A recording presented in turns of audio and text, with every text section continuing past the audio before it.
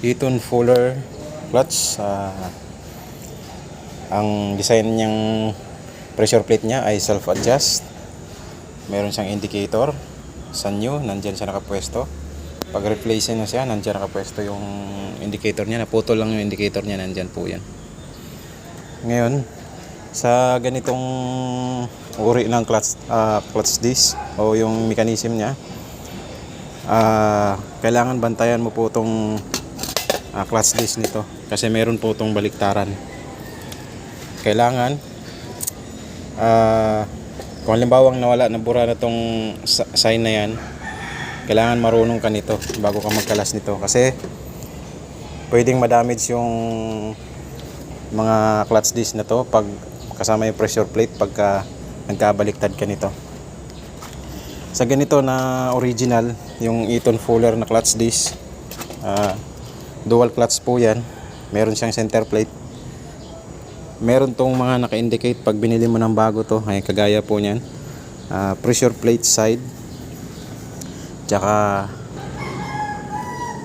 flywheel side, nandito, ayan, flywheel side.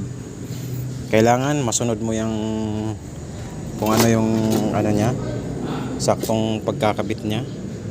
Kasi halimbawa kung ito magkapalit to, mabaliktad mo to doon sa loob, ang tatamaan mo po dyan ito.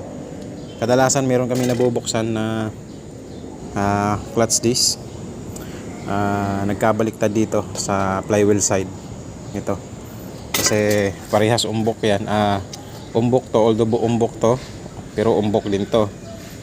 Ngayon yung pagka-umbok niya, kailangan itong ano nanto nasa likod kasi ito tutukod to doon sa loob. Yan. Kailangan maging mapagmasid ka sa ganito, tsaka kailangan marunong ka nito. Yung design nito is automatic adjustment o self-adjust, pero mas gusto ko yung yung na-adjust mo. Itong kinabit ko lang tong muna, meron kaming extrang bell housing para mag-adjust ako, para mas maluwag mag-adjust. Ngayon, pag nag-adjust ka nito, itong manual adjuster nya, kailangan aapakan mo yung clutch doon sa taas. Kailangan may isang tao doon sa taas mag-aapak ng clutch bago ka makapag-adjust dito. Ang adjuster nito di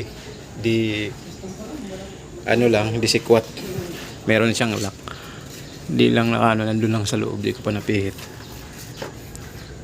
Kailangan merong tao doon sa taas mag-aapak ng clutch bago ka makapag-adjust dito. Gagawan ko na lang po ng video paano mag-adjust nito, itong double clutch na yung na yun, kasi disposable yun, yung self-adjust na yun. Yung design kasi na mayroong isang design nito, pwede mong i-reset itong na to. Ito wala siyang reset, pag inabot na ng wala na, tapon na. Pero mas gusto ko ikabit yung na-adjust, kaya kinabit ko yung na-adjust. Meron kaming isang na-adjust na pressure plate.